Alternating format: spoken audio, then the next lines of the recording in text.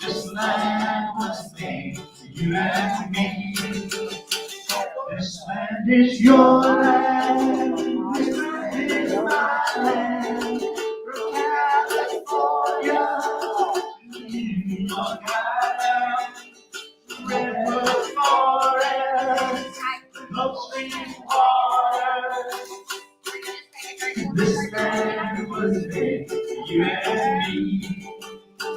When the sun came shining and I was strolling, the wheat fields waving, the dust clouds rolling, the voice was chanting, and the thought was lifting.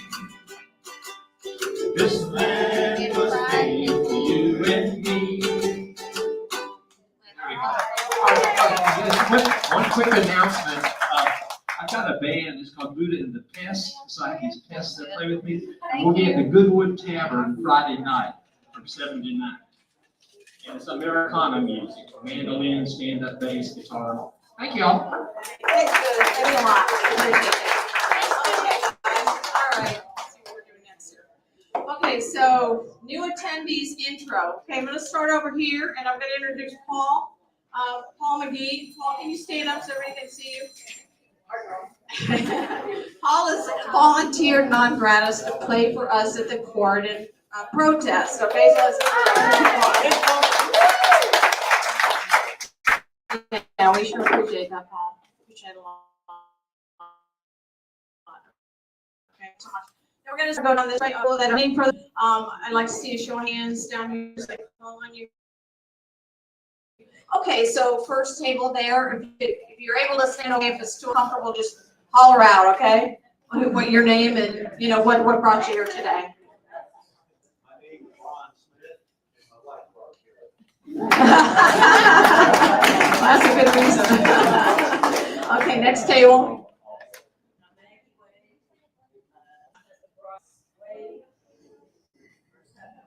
Okay, great. How'd you hear about us, Maggie? Which one? There's so many of them at that table. Ah, okay. Great. Thank you. Thank you for coming. Okay, next.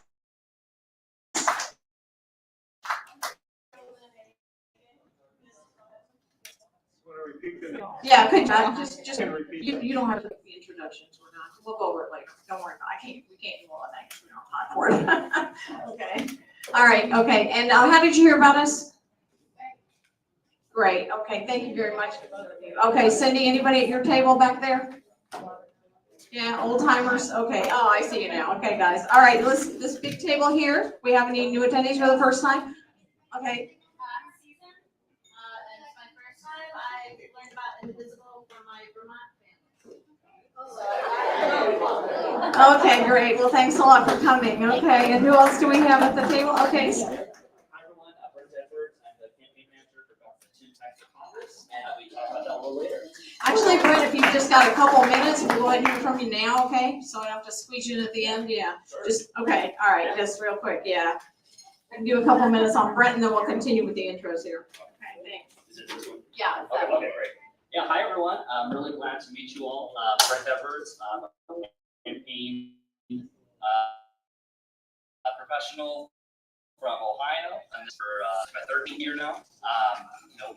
Got in with Dr. Tim Lou on Saturday. So this,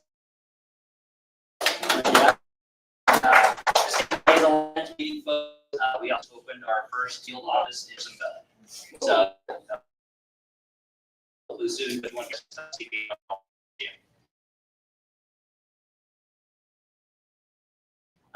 we've been doing tons of field organizing. We're really taking the traditional model of congressional, which is a lot of people indoors. Folks, is the turnout 47 out of 50. And that is very intentionally done. That was this voter suppression that started really slowly. The soup will start to boil. You don't notice it until it's too late. So we're really pushing back against those voter restrictions, let people know, how to register to vote, when early voting is, how to get your absentee ballot. really trying to bring those sporadic Democrats, into this midterm election. We looked at 2020 and 2022. We just pulled strong Democrats. The drop off was 75,000 voters from 2022 to 2024. So, if we can capture like 70, 80% of that goes a long way to getting us to that 50%. But it's going to take each and every one of us really, working together. We really are looking to work also with all the state house candidates. If they don't have a primary, that's great. If they do, we might have to wait a little bit. But we really want to work with, all the Democrats up and down the ticket, and really make this thing happen. We'll also have pins and a sign-up sheet if you want to get more information. All right. Anybody else at the long table? Okay, let's go over here. First table, anybody? Yeah, Erin. Yeah, I am Erin. I'm with Washington County Community Action Coalition. I heard about this through somebody that was on Brad Meyer's campaign team. So that it was a good thing for everybody to know. So I'm here and I'm live streaming it for anybody who can't be here.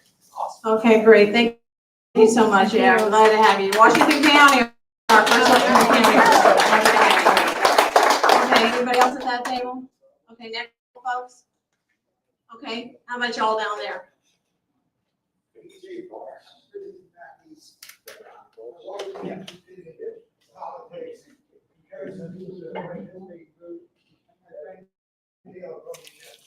Oh, great. Well, thank you. Okay, anybody else? Yes, sir. My name is Dale Ann. I'm the treasurer of grassroots organization in county. We did have a very active organization. What was it called again? Grassroots Grassroots and and, formerly Greenville Concerned Citizens. okay. We fought a few battles in this county. Our goal is to protect taxpayers and citizens of the county. I got Susan, she's been coming to visit me, fighting for a recycling program. We feel hard because we fought for a lot of things, and I know it's a battle. Well, you're in good company there, so thank you so much. Okay, so glad you came. So, all right. And anybody else at your table back there? Okay, all right. Welcome to everybody. Okay, so you can take your hand. Welcome back. Okay, so happy to have you. All right, the minutes went out to everybody. Everybody who was at the meeting last time anyway got a copy of the minutes. Okay, so can I get a motion to approve the minutes if there aren't any changes to it? Okay. Did you get a copy of the minutes? Yes, you did, because you were at the meeting, and I appreciate it. Okay, so Ethan, Sweeland, May. Okay. Just checking with you, okay? I'm just checking on you, you know that. All right. Yeah, so Ethan, Sweeland, May, okay, is making a motion to approve the minutes. We gotta help Mark out here, okay? 'Cause the minutes are not fun for us, okay? All right, and then I need a second to that, so can I have a second? Okay, I need somebody to raise their hand like all these seconds. Somebody there. Okay, so give it a second. Okay, Doug Reed's gonna second it. Okay, thank you for everybody else who seconded it too. All those in favor of passing the minutes from the last meeting, say aye. Okay, anybody opposed? Any problems? Perfect. Pass. Thank you. Okay, great. All right. It would be second would be Doug Reed. Reed? Yeah. R-E-I-D. Who made the motion? Ethan, right behind you, honey. Look, we both have our hearing aids on, okay? You guys gotta give us a break tonight, okay? Even with that, okay? Yeah. All right, and with that, okay, now we have come to the marvelous time here where we get to hear from our speaker, which I know went out to everybody. So Ethan Sweetland May, over here, okay? So I'm gonna do a little blurb here. So Ethan was born, raised in a homecoming family, homeschooling, sorry about that. Family of 11 in Terre Haute, and has called New Albany home since 2009, where he lives with his wife, Averlyn, and their daughter, Eve. For 11 years, he worked on a garbage truck all over southern Indiana, and I know that because we learned, I actually have that company, okay? That picks up all the garbage. Serving the communities of District 47 from Montport out to New Pekin and Cordon back to New Albany. For the last 5 years, he's worked in sales in a manufacturing company in Jeffersonville. Ethan's an award-winning storyteller, public speaker, and advocate for a more just and neighborly Indiana. So let's give Ethan a big welcome, okay? Thank you so much for coming. Thanks so much. Seriously, thank you for having me here. I really appreciate it. I got to, this is my second time being here. Am I close enough to be heard? Is it coming through this or be up on the mic like this? I got to be on the mic like this. We'll see. I might just, I'm pretty loud, so if I ditch the mic. Can y'all hear me okay if I do this? Or is it better if I do this? It's probably better if I do this. Okay. Yeah. I can. Now I'm like a comic, just holding straight to my mouth. I'm really sorry for whoever owns this microphone, because my mouth is on it. I am Ethan Sweetly May. I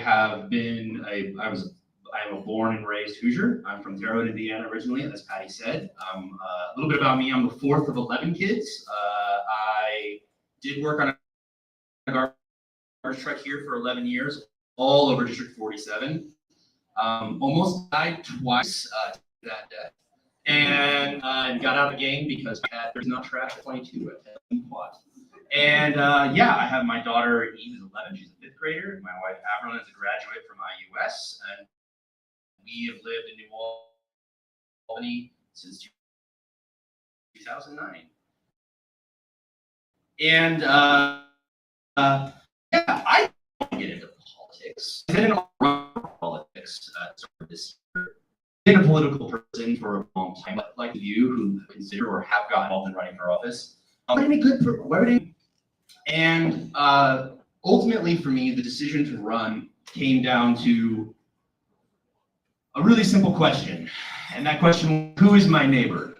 Some of you might recognize that statement. If you were raised in Sunday school like I was. It's maybe one of my favorite stories out of the Bible. Jesus doing his thing, and the law stands up to God, you remember. And that's what it says, good teacher, what do I got to do to get that eternal good life, that love? Jesus says, well, you've read the law. What's in it? He says, well, you got to love God, whole mind, strength, and you love your neighbor as yourself. And Jesus like, you nailed it, good job. Do that, and the life you want, the good life of peace, of harmony, of justice, you're going to have it. And this is to me maybe one of the most profound sentences in framing my social consciousness. Because the expert in the law, the way it reads, says, but because he wanted to justify.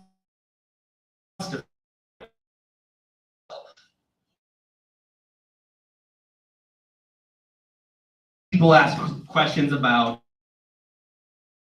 documentation,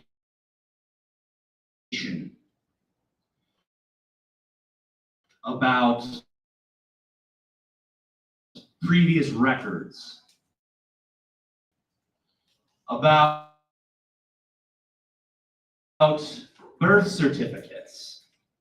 I get up, and despite the fact that this question got answered 2,000 years ago in a story we all know as the parable of the Good Samaritan, I still find myself surrounded by people who want to just is my neighbor.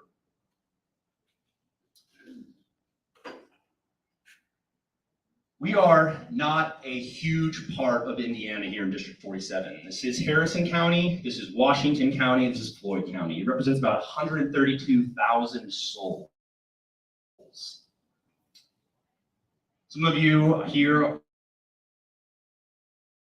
as well as being part of Indivisible, you participated in, or you're with Southern Indiana. It's a really wonderful group. They organize a protest every couple weeks over at Clark County courts protesting ICE detentions. ICE detentions here in our neighborhood, holding our neighbors, because really powerful and wealthy people have gotten in the heads of a lot of our neighbors who were raised in Sunday school. And instead of looking around and seeing neighbors who work just as hard as we do, who have the same values that we do, who hope for the future like we do. A lot of people in our families and our neighborhoods have been co-opted and manipulated and brought to a place where they are saying, yeah, who really is my neighbor? And there are a lot of things that we need to talk about. We need to talk about housing and how unaffordable it's become in our state. We need to talk about education and how the funds for education keep getting cut. We need to talk about childcare and how people keep making it harder. Our supermajority keeps making it harder for people to afford to have kids and raise them in our state. We need to talk about all these things, and these are policy issues, right? There is a lot of debate to be had about the best way to implement a policy that helps our neighbors. But it doesn't work too good if the people in charge are not having an honest debate. If they're not being honest about the fact that they are leading from a place where they are standing over Jesus saying, and who really is our neighbor? It's not those people, they don't have the right paperwork. It's not them, they're just trying to rip off the system. It's not her, she could have got a job if she didn't, she says her back hurts too much. She doesn't deserve that Medicaid that we're taking away from her. We need to be really honest about where we're at as a neighborhood and who in charge is saying, trying to get people to instead of look left and right and say, you are my neighbor. You are my neighbor. And the only limitation on that question, who is my neighbor? Do you remember how the story ends? Parable of the Good Samaritan? Man gets beaten up, robbed, his rights are taken away, he's treated like trash, he's thrown to the wayside. 3 people pass by him. A priest, a lawyer, and finally a Samaritan. The Samaritan picks him up, takes him to an inn, dresses his wounds, pays for his room. And Jesus turns to the expert in the law and says, which of these 3 was a neighbor to the man who fell into the hands of those who despised him, of those who treated him like trash? And the expert in the law said, the one who showed him mercy. And Jesus says, go do likewise. I'm sure we're going to do a Q&A after this, right, Patty? We're going to do a Q&A after this. Is that right? Or Yeah, we questions? only have everything Very about maybe half an hour. I'm going to move quickly through this. But what we're going to talk, I'm sure we're going to talk about likewise. We're going to talk about Christian nationalism. You guys think about Christian nationalism. I was born. But we are a people with shared values, whether or not you come from a Christian background or whether you come from a Muslim background or whether you come from a Hindu background. The principle of treating other people exactly the way you wish to be treated is pretty transcultural. It is pretty trans-ethnic. It is pretty transnational. And we need to have leaders who are leading from a position where the non-negotiable, whatever policy debate we are having, is that we want the standard for up here to be the exact same as the standard down here. Because we know that when that happens, the gap between up here and down here gets drawn together. If the people in Congress had the same healthcare options as my neighbor down the block, I think my neighbor down the block would have better healthcare. I think if the people in Congress, if their incomes are being hit as badly as my friend who works for Medicaid, because her pay is being furloughed right now and maybe is never going to be paid back, I think they would handle the situation differently. The problem is that we have leaders who are very happy having what they have and denying it to everybody else and acting like the reason they have what they have is because they worked for it. And the reason people who don't have it is because they don't work hard enough. I worked on a garbage truck for 11 years. I started working a garbage truck in 2009. My wife and I lived in a 1-bedroom apartment for 3 years while we saved aggressively for our first down payment for a house. The apartment we rented cost $550 a month plus utilities here in New Albany. Our first house that we bought 3 years later was $135,000. Today, that same apartment, a little over, not quite 16 years later, is currently renting for about $1,200 a month plus utilities. The house that we bought in 2012 sold in 2023 for $280,000. Now, I worked for a good company. I did not have a college education. I was a high school grad who put on boots and worked since I was 16 years old. Saving part got me a house in 2012. If I was doing that today, if I was starting today, there's not a chance that in 3 years I could save for a down payment for a house. Let alone in 5 years, let alone in 10 years. And there's a bunch of people that bought their houses in 1970 who haven't paid rent since 1960, who are in charge of everything, and they're looking at a bunch of millennials and Gen Zers, and they're saying those kids don't want to work.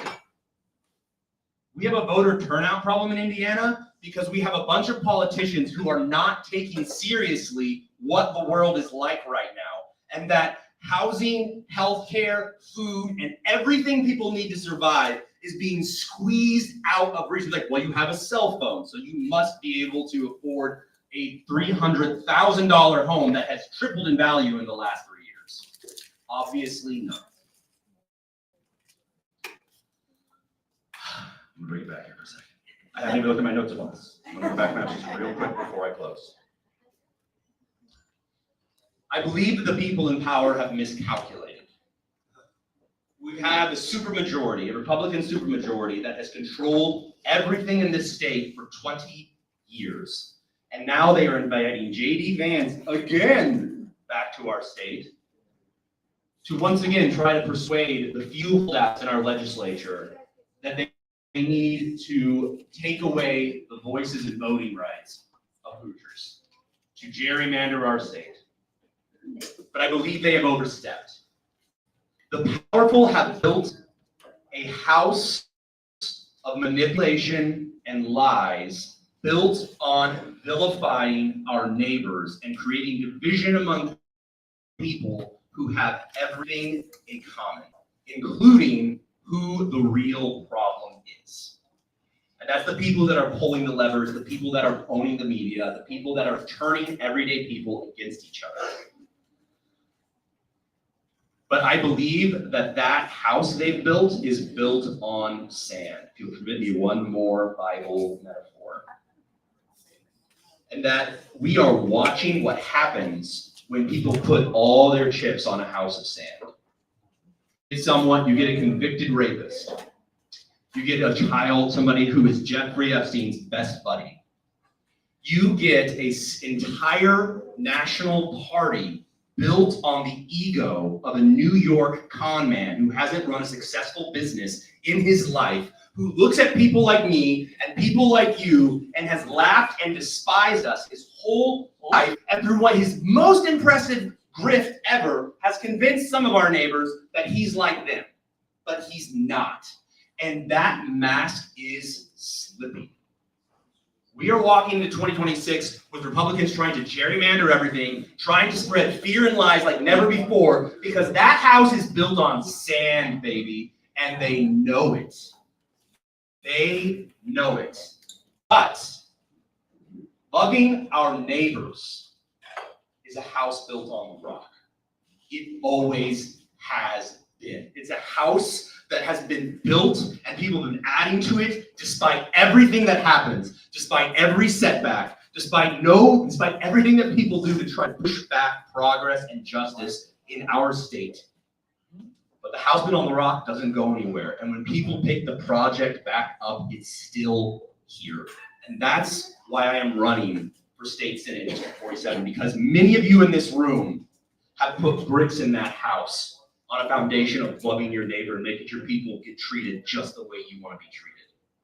And the people around us believe that. They've been lied to about who their neighbor really is. They've been lied to about what the problems really are. But that is slipping. And it's time to fix our messaging, to reclaim things like the sanctity of life, which means the people that are living around you deserve a good life they can afford. We deserve to reclaim things like freedom. You deserve to feel free, that the president's not going to send Black Hawk helicopters in over your apartment buildings like he did in Chicago and haul families out into the street, zip tied together and thrown in the back of U-Haul vans. We are fighting for the freedom to protect Americans, to protect our neighbors for their most basic rights, which are life, liberty, and the pursuit of happiness. That is for everyone in the neighborhood. That is for everyone we wish to show mercy to. That is what I am running for office for. And I really, truly believe, y'all, I really, truly believe that that is what we as a people, as a state, believe in, and that we're about to see this house fall. Thank you for having me.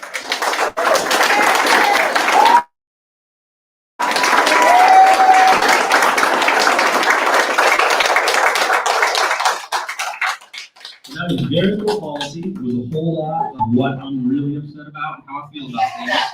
Do we have like 5 minutes for a question, or how are we doing? Sir, how we doing on time? We're doing great. Ethan, you did that 15 minutes. So there you go. Wow. Awesome. 15 minutes here. Yeah, so I actually really do care about policy. I actually do care about like some of the nuts and bolts of the issues. I am learning a lot as I go. This is my first time running for office. But I've cared about this stuff for a long time, and I've been on a long personal journey politically. I was raised very, very conservative. In my 20s, I moonlit as a libertarian. Don't judge. A lot of people are libertarians as they moonlight out of conservatism. And found myself a progressive after 2016 when I realized that of all the men that I looked up to and respected in my life, I voted for a man that they told me whose character was garbage. And I mean that as somebody who worked with garbage for 11 years. So, yeah, does anybody have questions about anything specific about gerrymandering, about possibly LifeWise, about possibly anything going on in the state? I am open to talking about it. If I don't know, I sure will tell you. Oh, hi. I have grandchildren. You have I grandchildren? have grandchildren. Yeah, you do. Oh, yeah, I do. And my concern with the LifeWise Her concern with LifeWise is interrupting the daily school is system. interrupting the daily school system, the schedule for the day. Yeah. What can we, as constituents, do about it? What can we do about it? It's a very good question. Well, a lot of you have already started doing the really important thing, which is getting loud about it. If you are concerned about LifeWise, you are not alone. You are not alone, and where I come from with this, I feel like there are about 3 or 4 good ways to address the question of LifeWise. For those, does anyone in the room is hearing of LifeWise for the first time? This is not a trick question, you are not. Yeah, LifeWise is an organization that was founded in Ohio. They are part of the educational branch of the Southern Baptist Seminary, Southern Baptist Convention. And what they do is they offer out-of-school programming, where for, I think it's up to 2 hours a week, they can be taken out of class to an off-site location for religious education. It's a voluntary program, quote unquote. But they incentivize participation with ice cream and pizza parties, and when the kids get pulled out for it, they can't teach core classes while the kids are gone, so schools have to rearrange their system. And usually it means for kids who are left behind that they do things like sit and study hall, because they can't work on the things that the teachers would like to work at the time when the kids are gone. It is a explicitly religious organization, and it is explicitly, although they claim to be non-denominational, as somebody who actually has studied a lot about the Christian denominations, and you can do that too if you want to lose hair, it is explicitly Southern Baptist, which means they answer questions like, what does it mean if I have 2 moms? Or what does it mean if I have 2 dads? I don't have a mom and a dad. And what's the answer to that is that that's not acceptable to God. That is explicitly in their curriculum. So they are, while it is not surprising that people who are aligned with the Southern Baptist Convention are anti-LGBTQ, it is that they are having direct access to schools, for example, that they can pull kids out. What can we do about it? You definitely need to set phones on fire to your local legislators. I know a lot of people know this, and I know a lot of people have been calling legislators like never have before. And if you think it's not having an effect, I invite you to think again. Every single news network is picking up this story about LifeWise. People care about this. People want answers. and your elected officials owe you answers. My personal opinion about this issue, about LifeWise, is that the separation of church and state is one of the real good founding ideas that we had. And I would challenge anybody that's like, well, it's voluntary and it's good Christian education. And I just want to say, in the spirit of loving our neighbor as ourselves, is it cool if we found a church of Satan and do the same thing? I'm just asking.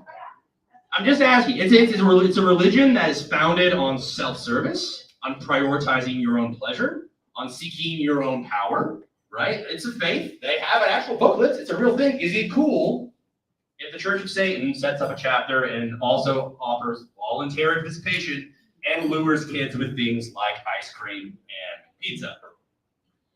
Because I have the same problem with the vouchers program. You do not want to open yourself up to this, neighbors. I am making an appeal to people who come from a similar faith background as me. What's good for the goose is good for the gander, and there's a reason why we have had a separation of church and state when it comes to things like our public schools and our education. So Christian schools exist. They do. We have CIA, right? We have Catholic schools all over this area. If you would like a religious education for your child, you have options available to you. I do not think LifeWise is a good choice. I think it has all kinds of problems, and I think that at the most fundamental level, it is not operating in good faith or what we should be encouraging for school time in our public schools. So that was a long answer to that. I'm burning out my time. Ding, in the back. Hi. So, Hi. LifeWise is also underwritten by the Heritage Foundation, which Boo. is the author of Project. LifeWise is underwritten by the Heritage Foundation, which is the authors of Project 2025.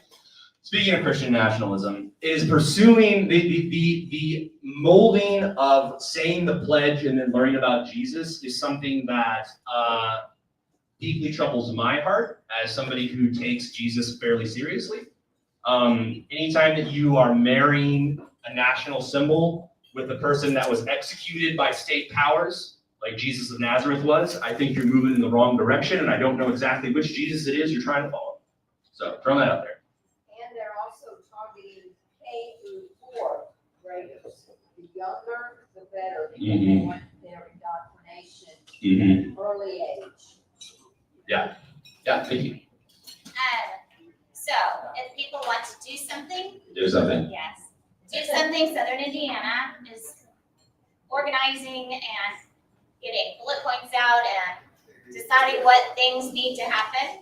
So that they're in the process of that. And if anybody wants to join that movement, they can come see me and I'll help you get. Talk to Vicki if you feel in ways about LifeWise, friends. Talk to Vicki. Any other questions? Policy-related questions? Sir. I'm a union worker. Yes, sir. Union worker. Yes, sir. I do not like the ideas of the right to work laws we have in this state. Yes, sir. I believe it's right to work for us. If we do, what can we do, or what can you do, could you lead a charge for repealing these right to work laws we have? Because I believe that if we can strengthen our unions. Yep. That we can entire the people, the blue collar people, better to be able to provide for their family, get off their communities, and help their neighbors the way that they are. What's your name?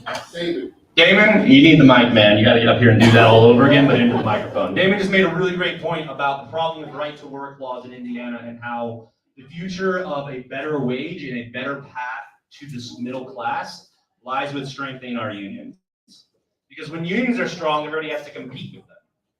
Do you remember this? This is what happened. Not everybody was in a union in 1950. Not everybody was in a union in 1960, but a whole hell of a lot of Americans were. And what happened? Everybody's pay went up because businesses had to compete with union jobs. This is what happens, right? Now, obviously, in the United States, we are still, we have never gotten to a level of labor organization that other Western countries have managed. No system is perfect. Everything, if you ever wanted to say something and then have 100 people mad at you, say something about labor organization to leftists. I promise. There are 100 people that think you're doing it wrong. Bottom line is repealing right to work laws, things like peeling back the power of non-competes. Like that's a big one for me, right? Like they canceled non-competes for doctors, but nurses still have non-competes in Indiana, for example. That's a very high level. That's not really getting to organization, even because that's how far away we are from that. But yes, I am a strong opponent to quote unquote right to work for less laws.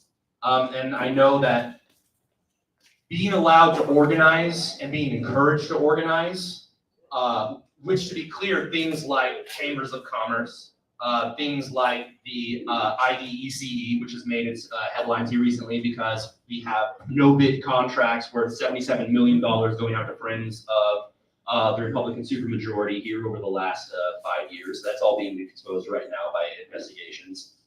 The people who have money and power are organizing, and they have been organizing very effectively in the last 40 years. We've seen pay go up for low and middle income workers by about 18% since 1970.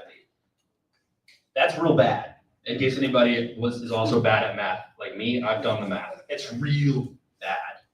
And the reason it's been so bad is because that's right. That's right.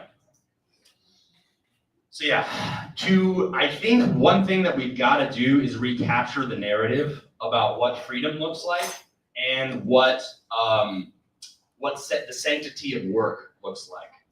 Because there's been a whole lot of the idea of like cowboyism and like I'm a self-made person, I did it on my own. And what we're seeing from that attitude out of the last 40 years is crumbling infrastructure. We're seeing schools that keep getting their funding cut. We're seeing professional and trade work continuing to either be weakened or be moved overseas. Sure, and a lot of people like to talk a big talk about manufacturing coming back to the United States, but nobody wants to talk about how do we organize laborers so that they are a good job that make them want to get back into the factory. So I don't think I really answered your question because there's a lot of ways to answer how do we organize, but I think we need leaders that are going to be on a picket line and are going to help energize people to recognize what the real problems are here. Because growing up in Terre Haute, Indiana, which is a very, very union town, I grew up in a very conservative family. I can tell you, I've heard growing up all about how unions strangle work. Unions slow things down. Unions make things more expensive. And nobody told me that the reason why all the manufacturing had left Terre Haute was because powerful corporations broke the backs of unions in Indiana. Sir. Unions give you pride in the product you're producing. Yes, sir. The unions give you pride in the product you're producing. That's fantastic. Thank you. I think I probably wrote that one into the ground. Anything else? How are you on time? About time? It's about time. Yeah, we're kind of out of time. We're No, out of time. one more question? We can take one more question if anybody has any, or do we expense our questions already? We good? Yes, ma'am. Okay, go ahead.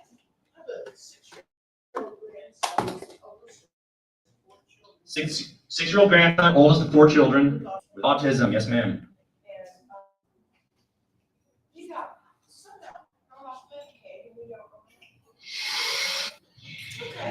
So you apply for a waiver, because what they Tell me.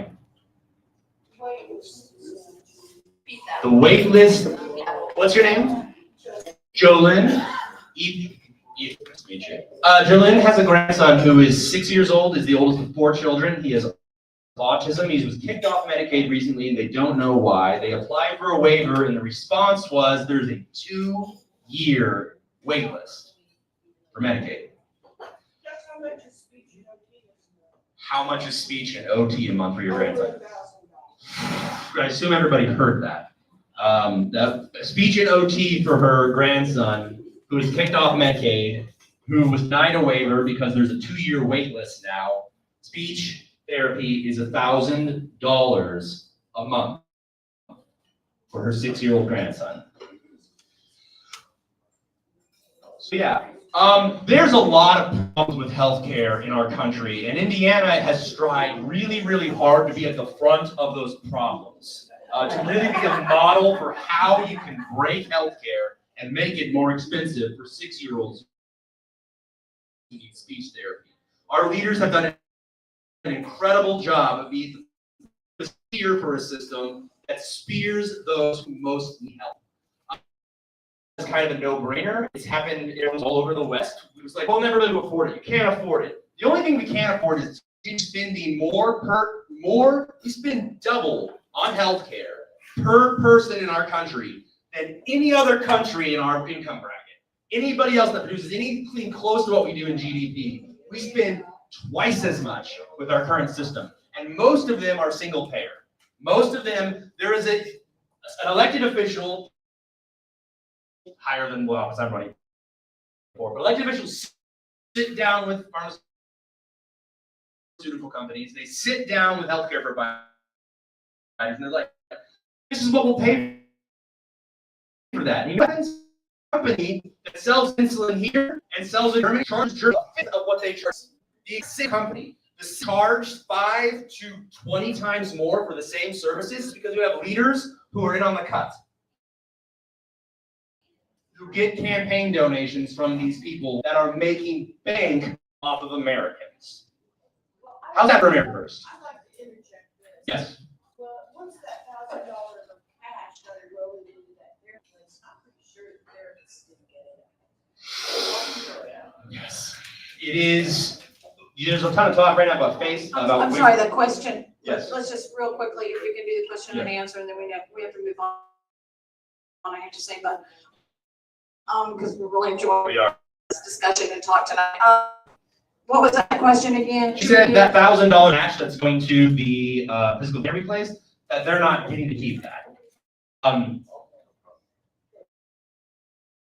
There's a lot of talk right now with fraud and abuse, right? Made by idiots wielding chainsaws on stage, who can't get any of their 30 children to like them, which is really sad.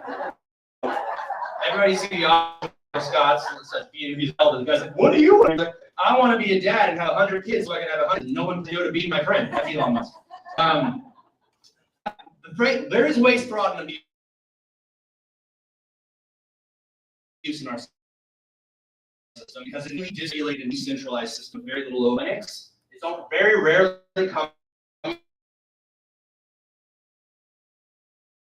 from providers. It's coming from the people who are providing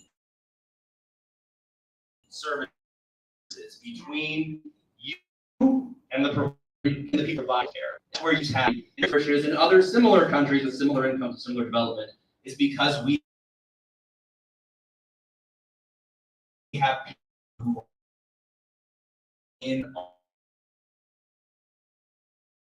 on the cut. Whether they know it or not, are of huge rates available to politicians because the policies that enable corporations to extract enormous amounts of money from everyday citizens and not send it on to laborers in their factories.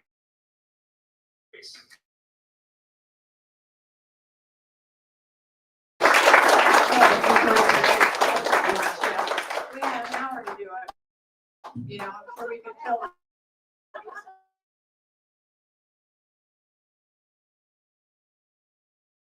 Let me move along here, okay?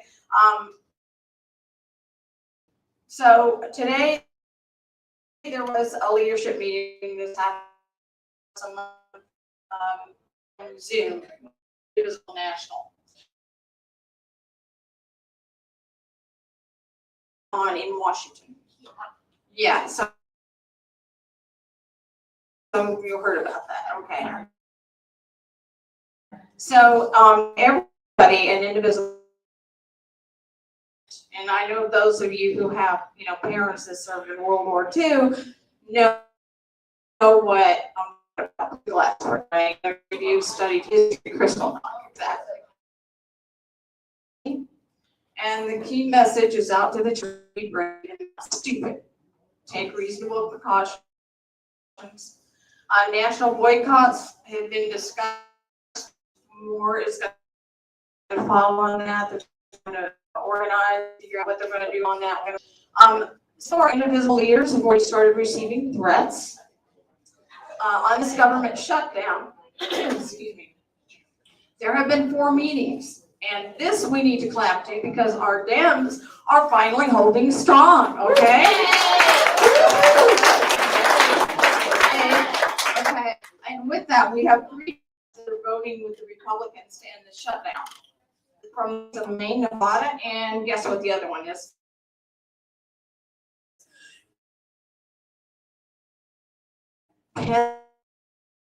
Pennsylvania with John Fetterman, right? 7 or 8 Democrats.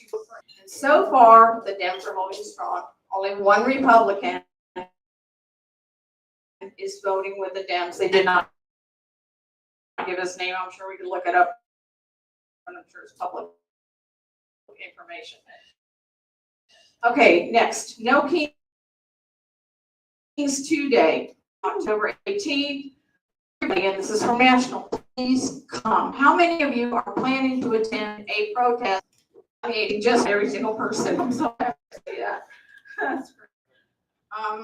Republicans are seeing a fracture. So they said they're seeing the first sign. Tiffany for the No Kings, and Tiffany was going to be with us tonight, but she's sick, so she couldn't make it. I know she's advertising in Gordon through her media advertising. I know Vicky's going to be doing it here for Jeffersonville. And one thing they suggested, I wanted to bring this up to see what you all thought about this, is what about posting flyers at the universities? What about a flyer? Coming up with a flyer and posting it at the universities? Anybody have any input on that? Raise your hand if you have thought on it. Okay, great idea over here. Anybody? Yeah, Ethan. Next week, I am meeting with the head of the Student Honor Commission, and I'll definitely be bringing this up. So, yeah, trying to make inroads at IUS. Okay, that sounds good. Trying to make inroads at IUS. So that leads us to the next thing, which is, I guess if that's a good idea, do you all think it's a good idea? I mean, let's have a show of hands if you think it's a good idea to maybe post flyers at these. Okay, that's already. Okay, so who can do flyers? Who can do a flyer? Can anybody in the room do a flyer? Does anybody know how to do that? We have flyers. Anybody? Okay, you can do it. I can give me a hon. What is it? Season. Right, Season. S-E-A-S-O-N, okay, unusual name. I don't ever met anybody named Season in my entire life. That's a great name. Okay. Yeah, if you could do flyers for us, okay, wonderful.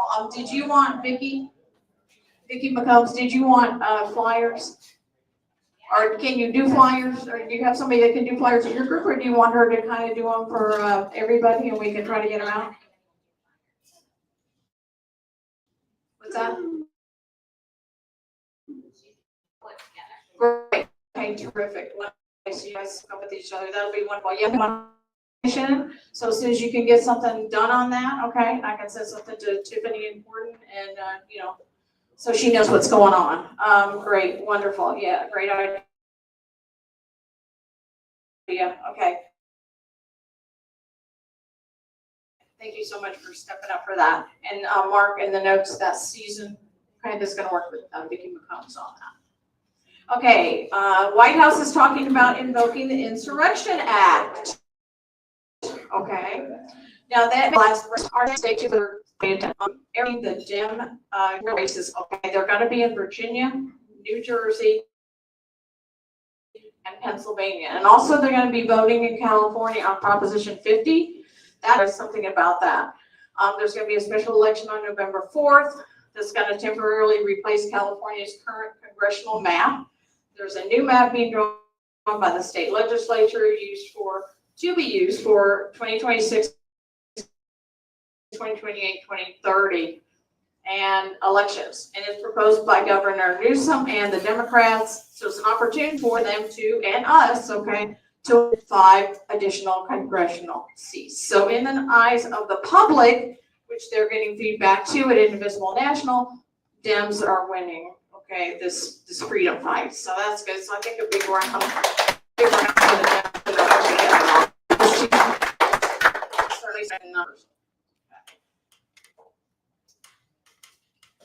One thing I want to talk about before I start turning this over to other people, actually I have to do Tiffany's too, and then we'll start with everybody's reports. Legal advisors. Because we've had things escalating at the protests, okay, I got hold of something that's called the National Lawyers Guild. Has anybody heard of them, the National Lawyers Guild? Okay, they have what they call observers that will come to the protests, and they'll come and they're not gonna do anything, okay, except observe. And their whole purpose is, if anything comes up and there's a legality there, or something's going on, or we have problems with the police, or somebody's arrested, they're there to observe and document everything. So they are trying to find someone to come to both of our protests as an observer. So, stay tuned for that. I'll let you know if that materializes. Hopefully it will. In the short, we'll just have the more support, which is good. And just to tell you about them, okay, they were established in 1937, and they're the nation's oldest and largest progressive bar association. And they're the first one in the U.S. to be racially integrated. And what I say this is for the people, legal workers, lawyers, to function in the service of the people, dedicated to the need for basic change in the structure of our political and economic system. So they want to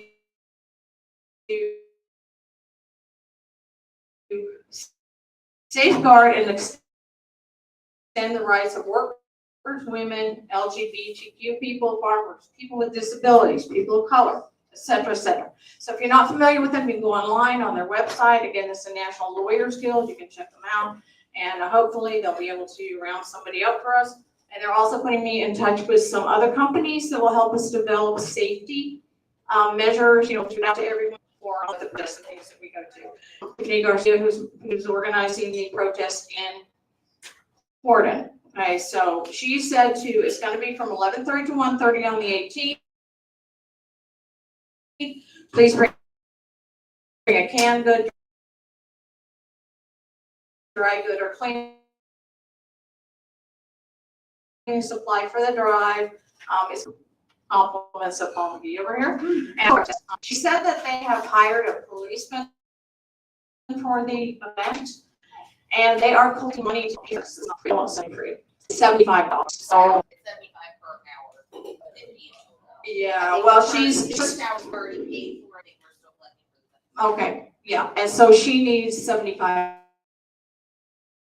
more dollars. So anybody who wants to donate that, get hold of Tiffany Garcia. Okay. All right. And with that, let's move along here. And we've got ACLU online training, which Vicki. Or you do it for me. I'd rather you do it for me. You were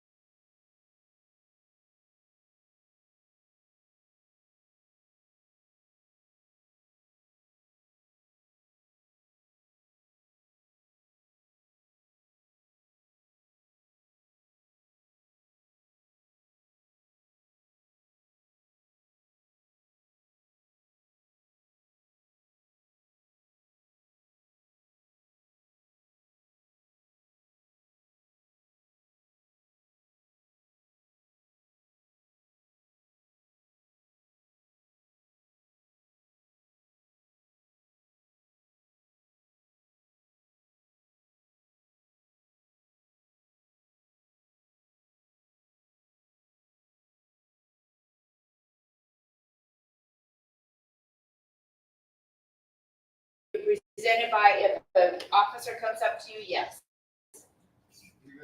Display clothes. If we don't have our ID.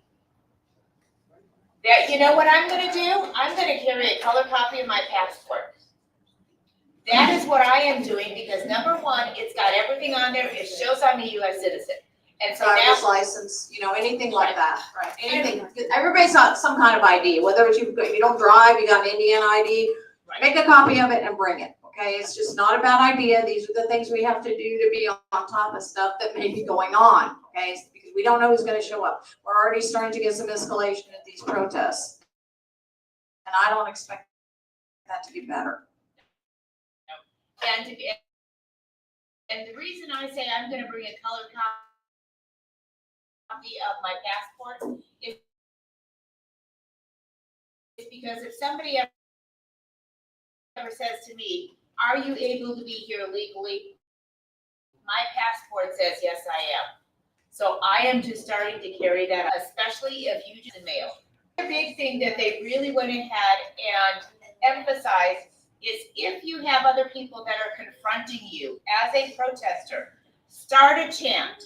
Find one of the marshals, start a chant. Do not confront and go ahead and say anything to those people. Ignore them. Do not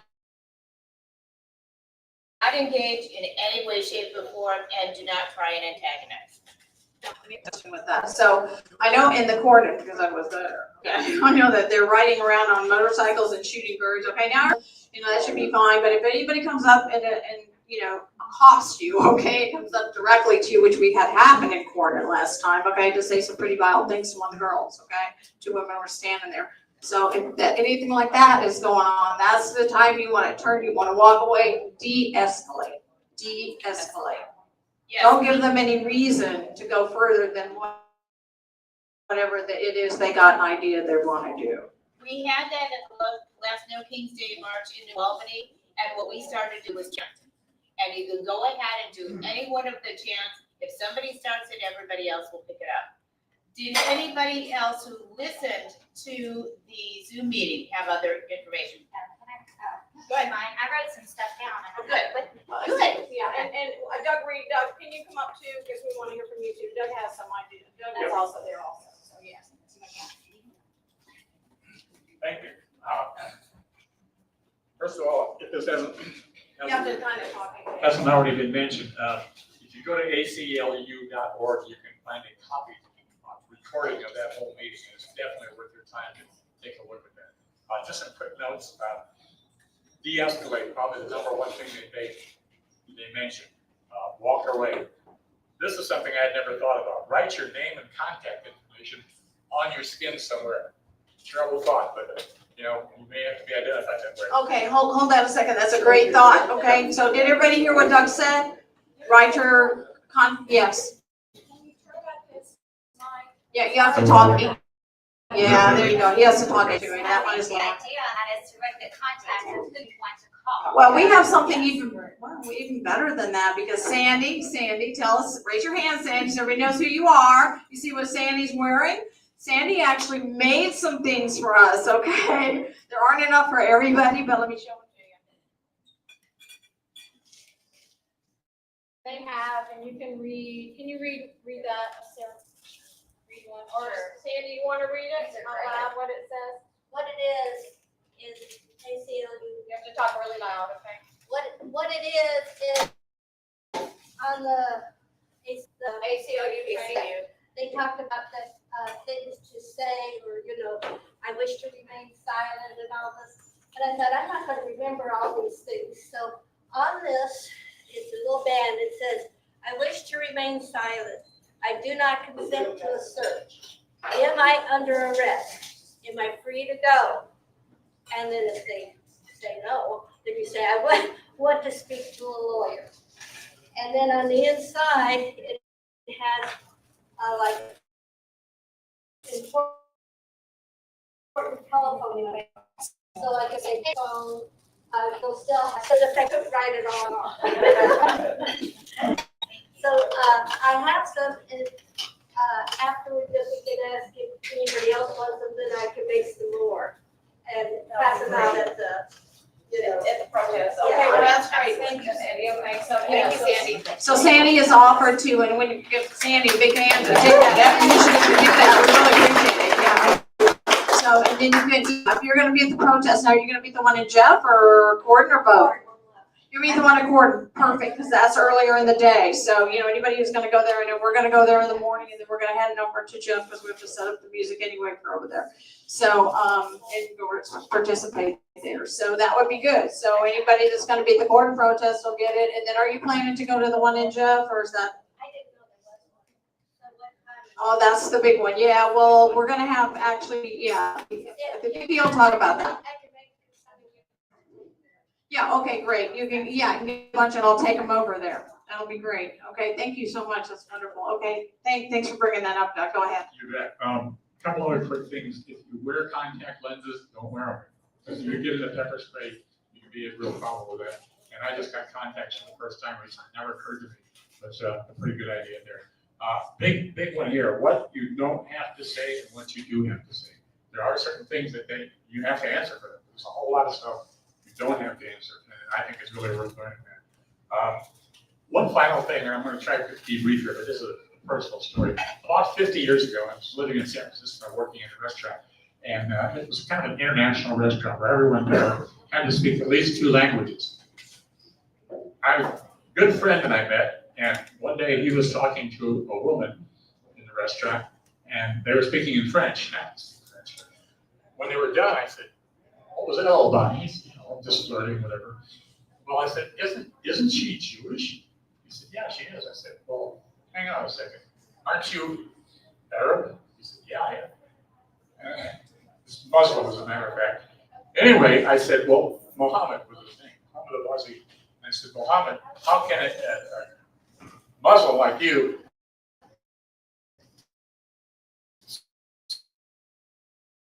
socialize with a Jew like?" Yeah, just out of curiosity. And it armies. Friend, lead to the future. We have. Well, I guess one last thing is to have a safety plan with whoever you came with, just so that you'll have a meeting place. That's- Yeah, Vicky's, recommending a meeting place, okay, so do we have something set up in Jeff already, a meeting place, what? Well, I mean, whoever you come with, plan to have a meet up in case you get separated. Okay, and then what wouldn't be a bad idea probably for us to say, hey, anything happens, you guys come over here or whatever, so, Vicky. Finish. Oh, that was it, okay, what about the chant thing, did you remember any of that? Some of the chants they talked about, and I'm trying to remember a bunch of different ones. But it's like, No King Day, or just some of the chants that I'm trying to even remember some of them that we did the last No King's Day. USA, No Kings. You'll start to hear a lot of them. Just as you hear them, remember them, think about them, and just start to say that, and you will have everyone else around you going ahead and chiming in. The People united, yep. Yep. Again, it doesn't matter saying, just, everybody try to rally there, okay, and get to that point, okay, so maybe we come up with something, Sherry, yeah. As someone who does the chants a lot and court it, they'll come to you, and everybody gets involved.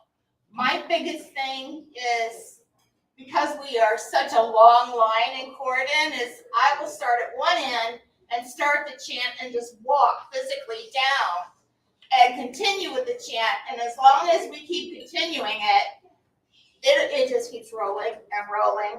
And that's the general, and yeah, and that's good that y'all do that, and, but there's also, then this other situation here would be, if you get accosted or you get approached by someone, okay, and you're like, I'm out here on my own here, what do I do? Because it's scary, it's a scary place to be, because you don't know what's gonna happen next.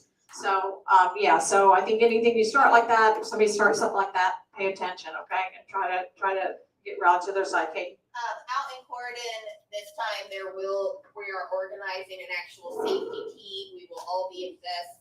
So if you do have a situation and you're going out there where you feel uncomfortable if somebody is approaching you, you just go and take yourself to the closest safety person, and then we will then intervene to help de-escalate that situation. So we're working to set that up. Okay, so it's a visible thing, that's great, okay, so that's wonderful. Okay, Yeah, great. and at most of the protests, you do have people in safety vests. When we did the one in New Albany, there were many of us that had our safety vests on, and you can come directly to anyone in a safety vest. Susie? What about our person? Is he gonna be plain clothes or is he gonna be in uniform? Yeah, out in Corydon or? Corydon. Last time we had one, he literally sat in town hall across from us right in the window and videoed the whole thing and just made sure everything was okay. So he was in uniform. He wasn't physically present, but he was present. At that point, we did not have any issues, so I don't know if they will be, if they see an issue, they're going to come out and intervene. But for the most part, he just stayed in the town hall, right there in that first window, and monitored the whole situation. So let me ask this, so did they get, because I know I'm talking to Tiffany, I think this is the first time that they've actually had to pay for somebody, so that guy wasn't paid for, right? The guy that showed up then, because I don't think she's done that before, so it was something she and I had talked about, and then she called the police and Yeah, found it out was about it. something where there had been threats that had been made for that particular rally. Oh, okay. So they agreed to provide an officer for that one, but for this one, since it's more preemptive, I believe for. Yeah, don't expect a lot of help there, okay, is the message, I think, you know, so we're gonna be on our own till we're not, and that's really kind of how it's gonna be, so. For now, okay, thanks a lot. Okay. All right, so Clark County, let me quickly go over Clark County, we're gonna go through this and then the rest of the reports, so we're not here all night. Okay, so County has Benita, but it had a family thing going on tonight, and last minute emergency thing, so she could not come. So she sent this report to me. Okay, so the ICE protest, which I know that you're gonna talk about when you get up, Vicki, the ICE protest y'all are gonna have. I know you will. I got you on here, don't worry, I'm not gonna overlook you for sure. All right, there is, I think that, and then I just kind of picked out the highlights of everything she sent me.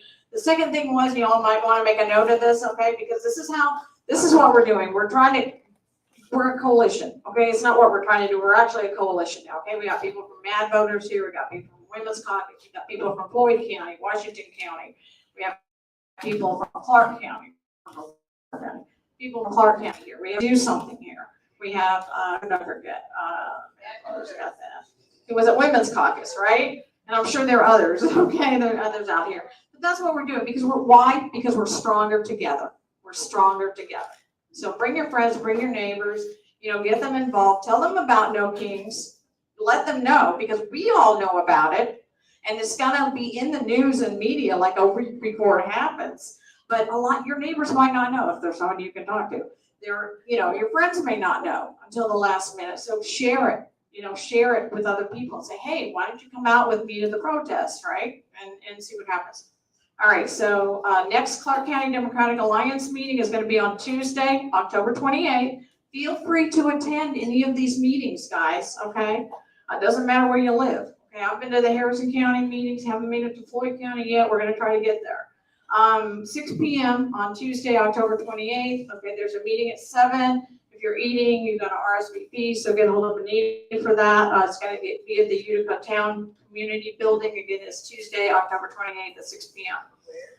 Okay, and that is for Clark County. And with that, we've got, let's see, Floyd County. Who can give me that? Who can give me a Floyd County report as far as what anybody went to the meetings? Deanna, thank you.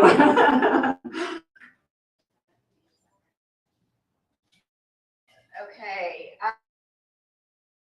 This week, obviously, Harvest Homecoming. We're going to be fun mushrooms. Come and see me. Come and see me. I'll be working tomorrow afternoon in the booth. And next October 23rd, our Floyd County Democratic Women's Caucus is having our quarterly meeting at 6 o'clock at New Albanian Pizza in New Albany. We do a social time at 6, and then at 6:30 the meeting starts. Can you send me something on that? Like email it to me or whatever? Sure can. Yeah, okay, great, thanks.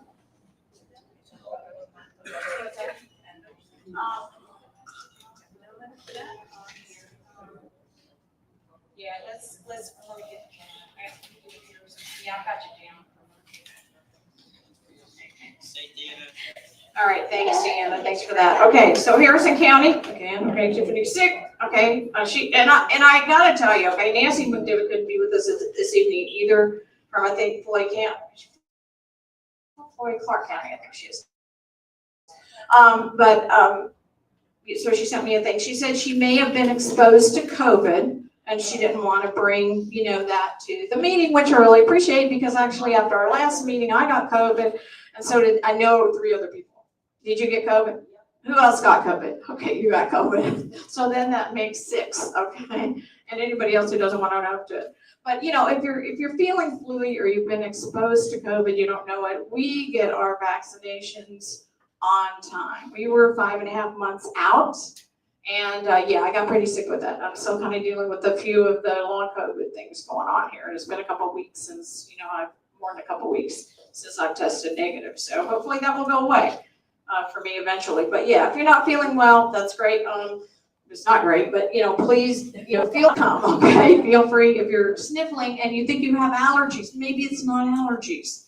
I know that one of the members of Mark's band, okay, which I affectionately call Typhoid Donnie, has given Mark COVID twice last year, and me almost once. So yeah, let's try and keep everybody well, okay? Try and keep yourself well. Try and keep everybody well. We did. Sherry, was it you who brought masks tonight? Who brought the masks? Sarah.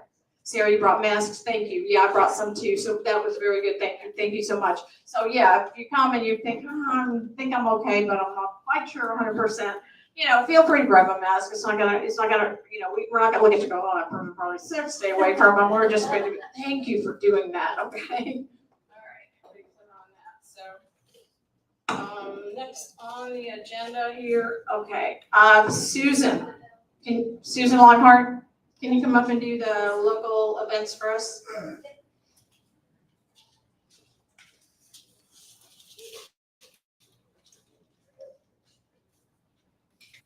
I know we're going through stuff kind of fast, guys, but I don't want y'all here all night. Okay, Susan, thanks. Sure. Okay, I'm here to talk about, yeah, gotta be on it. I'm here to talk about some of the local events going on. Can you hear me? Anyway, I just want to start out by saying our Floyd County Commissioners and Council are corrupt. No doubt about it. Amen. I've been going to all of the commissioners' meetings and trying to get to the council meetings. And I have 3 things that I've really been working on. The first is recycling. They want to do away with Floyd County's recycling program that's monitored by the Floyd County Solid Waste Management folks. These people are amazing. You come in with a truckload, a van load, they'll have it out and taken care of for you in no time. They're going to lose their jobs when this gets taken away. We're going to lose our recycling. We've collected over 1,600 signatures to keep it open, and the commissioners said, so they won't answer questions. If you talk to them one-on-one, they'll say, well, I think we have a difference in policy. And I told them, no, we have a difference in transparency. You haven't told us anything. You refuse to answer questions, but yet they just want to completely do away with the Grant Line station and the Galena station. Now, I spent 3 days, about 15 hours at both places, in the rain, in the heat. The guys were fantastic. They will do anything for you. They have invited Al Knable, Jason Sharp, and Frank Luke out on numerous occasions. They have never once come down to see what these people do, nor the unbelievable amount of recycling that's taken there. I don't know what they're doing. Everybody would ask me, well, what are they doing? I don't know. They won't tell us. They have no answers whatsoever. And then Ethan, you did likewise, which is great. Oldham County and Bullitt County in Kentucky are both fighting likewise to try to keep it out of their schools. I'm a preacher's kid. I mean, yeah, if you really want your kid to have a Christian education, get up in the morning on a Sunday, take them to Sunday school and church with you to show them it's important. But don't disrupt all the other kids' class days and their educational opportunities by taking them out of the classroom, and big disruption there. Let's see. Oh, the other thing I wanted to bring up is Floyd County has a new CFO. His name is Stan Heil. From what I understand, he's an upright guy. But he was appointed by the commissioners, two of whom are very close to the sheriff's department, which is where Stan Heil worked.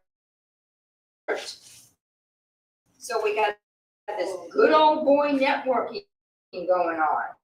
He's getting approximately $85,000 a year to be Floyd County's and Clark. And he's got a $60,000 vehicle paid for by our taxes from the Floyd County Vehicle Fund, which is for snowplows, mowing equipment, county maintenance, but yet, and these things help with the county. This is one person that was given and approved to have a $60,000 vehicle for a desk job. What are you gonna do? Drive to your damn desk? I don't understand this, but that's what he gets. $85,000 in salary compensation, benefits, and a brand new vehicle. I couldn't hear the $60,000 vehicle. The governor flies from his house to the. Exactly. From Jasper to the Capitol with his own helicopter. Yeah.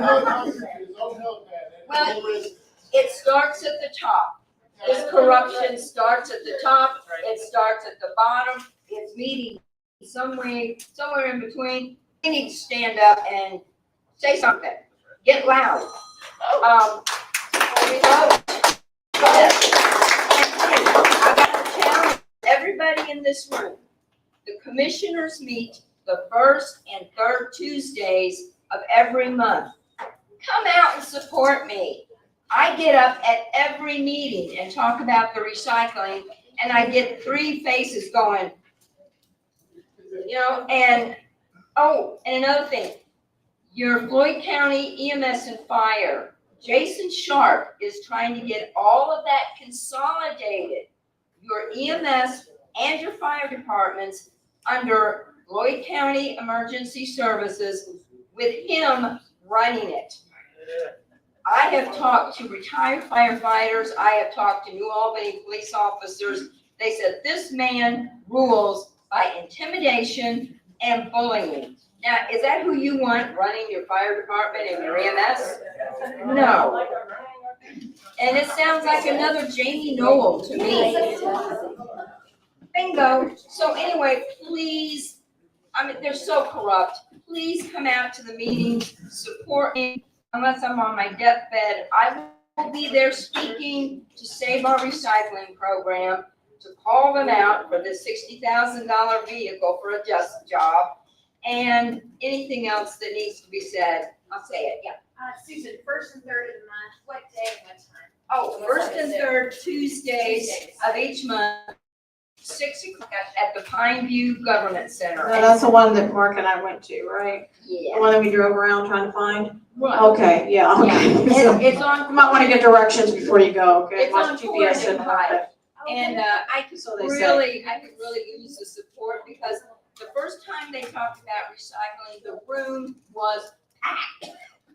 The other times, it's been me. I think it was you and I and Mark and Deanna, and I don't know if there was anybody else in our group that I remember being there that evening, but that's also cross, just cross borders there, people, and get out and support anybody you need to. Yes. In meetings, I said to the first story in the general meeting room, and one of the reasons you're not getting a lot of people showing up is they already voted, and commissioners and council to dismantle the recycling program. That's why, and when he became chairman of the commissioners, our committee instituted a new policy for the public speaking, public questions and comments. You won't take any questions. No questions.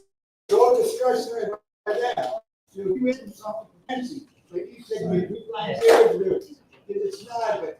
And you get 2 minutes, and he cut me off. I think Jason Sharp cut me off, and I continued to talk, because I will not let that man talk over me. All right. That's our Susan. One more thing, the Old Wall and a Yard Democratic Club in Louisville, they are having an Oktoberfest, people, party. This is Saturday, October 11th, 5 to 11, German food, music, beer, and a lot of people that are candidates that are running. You coming? That's tomorrow. It's Saturday. Saturday. I'll give you the flyer. Thank you. Yeah, well, I think I've gotta be at Corvus. Susan, if you could get that to me, I'll get it out to everybody on the email list, okay? If you could send me, okay, well, I guess I have it. Well, thank you, okay. Come out. Please come out to the commissioners' meetings. There is another vote in December. So come out and support me if nothing else. I'm 70-year-old, 5 foot, 108 pounds. I could use some support. All right, thanks a lot, Susan, all right. Thank you, Susan. Thanks for all that activity. I know you're doing a lot. She's a good activist for us. That's great. Okay, so Rick Morton, who's doing environmental, could not be with us this evening, so I'm going to just give you a real quick update on what's going on in the environment, okay, which hopefully we've been keeping up with. Increasing temperatures around the world, major glaciers, Crown Knob is down mile. Listen up, okay, through this please. And Al's growing area that used to be a glacier. There's another mountain to the south of it called Plateau Glacier. Since 84, they've thawed, leading to a double lake. This summer session show the ice around the knob, turning it into an island, into a lake. So it's now rising sea level going to lead to. Rick, when he was here, he reported on Trump's Amber Road project. If y'all remember that, that's the destruction. They're going to have a long 211-mile industrial corridor through the caribou wildlife where they migrate out. So they're going to have 211 miles so they can, excuse me, so they can get to the mines, make themselves richer. Okay. So that's going to cut through the wilderness south of the Brooks Range. Guys, come on. Y'all can listen up, please, okay? And connect, excuse me, the Dalton Highway to mining deposits. So that, now you have it. All right, so next, just moving along, that's on our environment. I'd like to have Vicki McCombs, would you come up and do something? And No Kings Rally, okay, from Jefferson.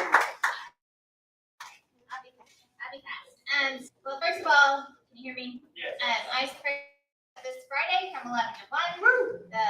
The Indiana Raging Granny and Grumpy Grandpa will be singing for us. It's Friday, 11 to 1 at the Jeffersonville. No Kings is October 18th, which is a Saturday, and Jeffersonville will start. The protest is scheduled from 3 to 5, but Crazy Chester will be performing starting at 2:30.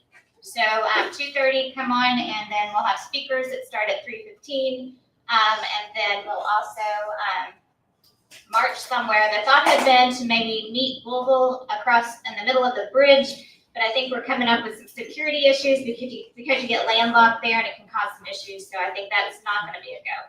But we haven't said no for sure. So anyway, that would start at 4:30 if we did that. If not, we'll just have a regular march. Likewise, if you have any questions about Likewise, they've been meeting on a weekly basis with Do Something Southern Indiana, so let me know if you want to get connected to that. We had a meeting this week.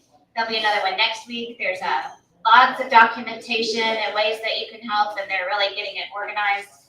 They're doing a great job of doing that. And then the next Do Something general meeting will be October 25th. So if you want information about that, I can provide that with you. So Yeah, that's all. you can send me all that and get it out to the email, email it out, that'd be great. Okay, no Kings, Do Something, did you have any, the ice protest, great. Yep, you can get all that, I'll get it out to the email and everybody. Okay. Thanks, Vicki. Okay, great. All right, Mad, another great activist among us. Mad Voters and Women's Caucus, Deanna.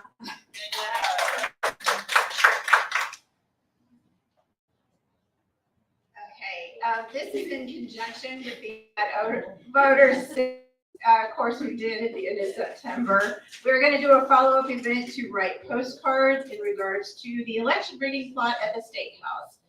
The first meetup is going to be Tuesday, October 14th at the wine shop on Pearl Street, New Albany, from 6:30 to 8. And then we're going to do another one on Tuesday, October 28th, the Coffee Crossing, from 11 to 1 on Main Street, New Albany. We will supply the postcards, the stamps, the pens. We even have some suggested verbiage from us to get you going. And everyone's welcome. You didn't have to attend the class, the civics class. Come on down, write some postcards with us, and I will post this to the group as well. Okay, so you'll put it on the Facebook and then send it to me too, so I can get out to the email. Okay, everybody. Okay, great. And if you had not done it already, okay, I hope you printed your email so I can read it, okay, when you signed up today. Sometimes I've been struggling with those, going, oh, is this an R or is it a J or what is it? Okay, so I had to trial and error some of those. Okay, so Vicki Tenser is going to come up and talk to us about the upcoming Indivisible Convention, which she's already here. Okay, thanks. Sneaky, aren't you? So we have the third statewide Indivisible Convention. It is going to be right outside of Indy on October 25th. I am going to be up there at the convention for sure. Patty is going to hopefully join me. If you would be interested in attending, please let me know today and give me your name so that I can get that information to the organizers. They request if you would like a $20 donation, but it is not required. I am going to drive up there, so if anybody wants to ride with me, you're more than welcome to. Okay, is anybody here interested in going up besides Vicki and I? What's the date again? It's gonna be the 25th. 25th, Saturday the 25th. Yeah, it's gonna be all day. We're probably have to leave it it's about what, an We hour and a half have to leave at out. about 8:30ish, and we get done at 4, so But we'll be home by 6. But yeah, that's, yeah. So now they're actually trying to limit it to 1 to 2 people from each of did you see that, Sarah's? I know, they just said that. Yeah, they just sent that out, so I guess it's just, we're stuck on.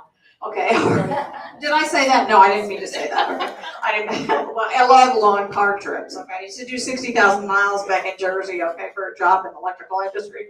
I'm kind of tired of the road raging things, but anyway, I can do it, I'm strong, I can do it. Okay. All right,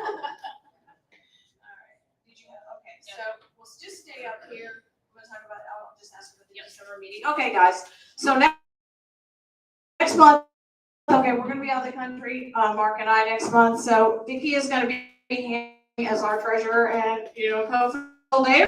Vicki is gonna be handling next month, okay, so email out to everybody, about the meeting and who's gonna be the speaker and all that kind of stuff, okay? The same thing I've been doing, Vicki will do, okay?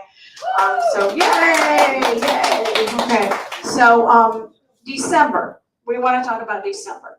So how many here would like to get together for some kind of a social in December? How many are interested in maybe doing, I know it's a busy time for everybody, but yeah, can you raise your hand if you're kind of interested in that? Maybe get together in a social? Okay, some, okay, so we have, it's a small number, but it's like it's whoever wants to come, and we also have our email people, so maybe we want to do something out, somewhere. So we're thinking of doing something either someplace or at someone's home if they want to do it, and it would strictly be a social. It would not be an actual meeting, so, we're not gonna have a meeting. Do we have a meeting in December?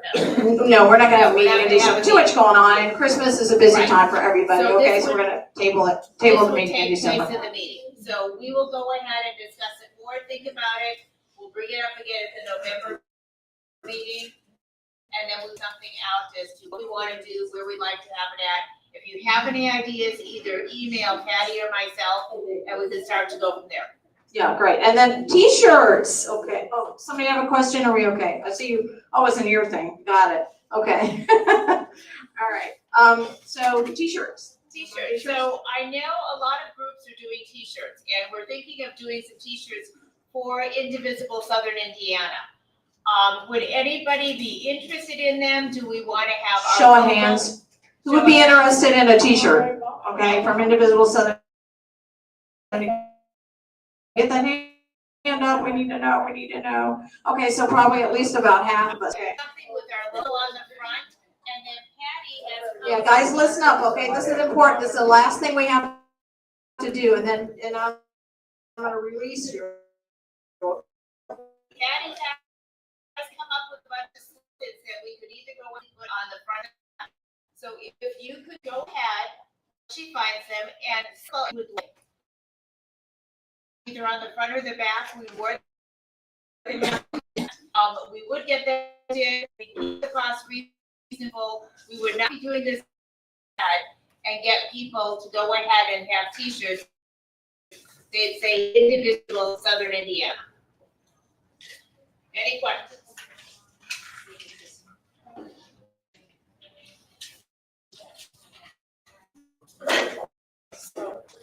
Okay, so. Okay, so guys, we kind of need like what your thoughts are at this point, okay? We don't have to let to talk. So how, it's about half the group that's interested in t-shirts, and when you all think about it, see how great they look, we're all gonna want to do it. So I passed these out. So there's a couple different things Vicki was talking about, okay? And I think I'd like you to vote on here, okay? Why don't you circle, okay, with the form? If you have something like this on the back of the t-shirt, if you see something on here like on the back of the t-shirt, circle it for us, okay? Just pick one, circle it for us, or want to see somebody else wear it, you don't have to wear it. Circle it for us and hand it in, okay? All right, so you hand it in when you leave, okay? We're thinking about this for the back of the shirt. Okay, so how many are interested in maybe seeing our logo on the front with like, an Indivisible Southern Indiana? How many are interested in that? Get your hands up, please. Raise your hand, raise your up, up, up, up, up, up. Okay, so we got about 50 people. Probably count them. Okay, so it's 1, 2, 3, okay, everybody. 4, 5, 6, 7, 8, 9, 10. This table up, up, up. 11, 12. Okay, 13, 14, 15, 16, 17, 18, 19, 20, one over here, 21. Okay, so 21 of us. Okay, how many people do we have? 30? Okay, so that's a majority right there. Okay, that's a majority. Okay, so I guess we're going to do the logo on the front with this says Indivisible Southern Indiana. Pick one of these for the back. Okay, even if you want to see it on somebody else. Yeah. In my experience with doing t-shirts, if you get them on the back, it's gonna cost you a lot more. We'll So do if the you cost want back. We're gonna go ahead and do a cost evaluation. We'll do a cost evaluation with both ways, because that way people can then go ahead and pick.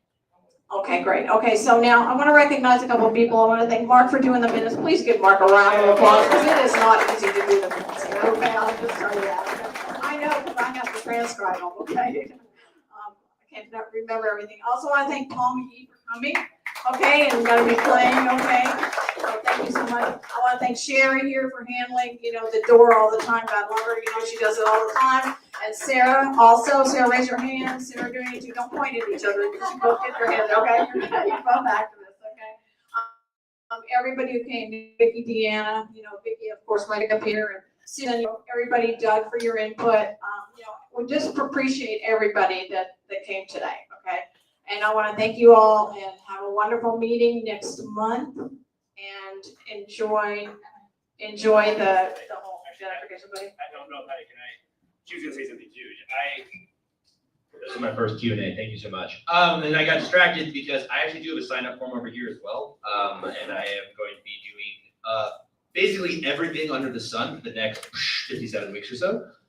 So if you'd like to know where I'm going to be speaking, what we're going to be doing, I'm going to be things, and I also have some stickers.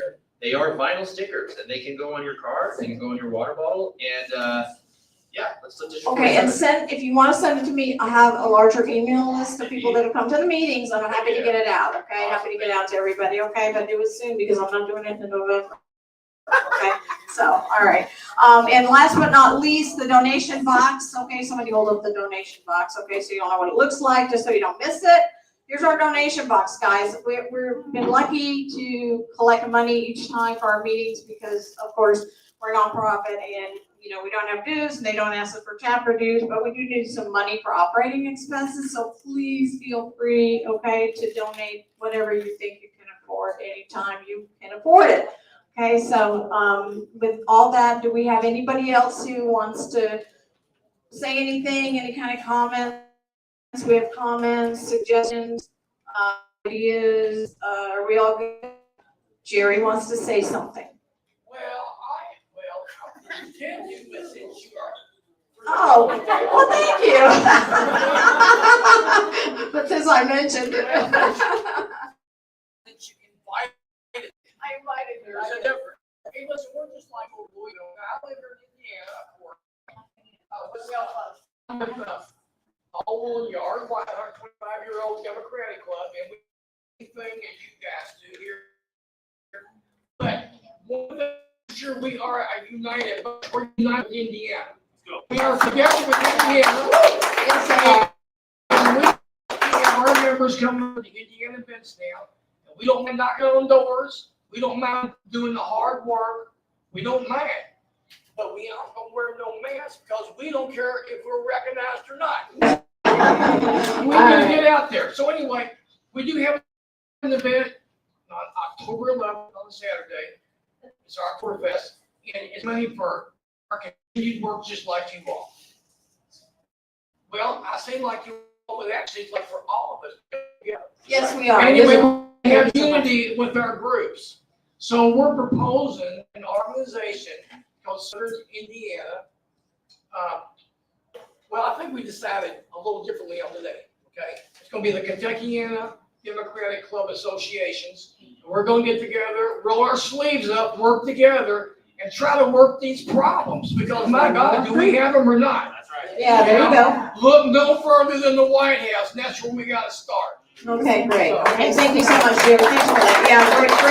Mark and I were able to go over there one time and actually check it out and talk to them. Thank you so much for coming, everybody. Appreciate your time. Brett, thank you for coming. Okay, good luck with your new position. And thank you very much.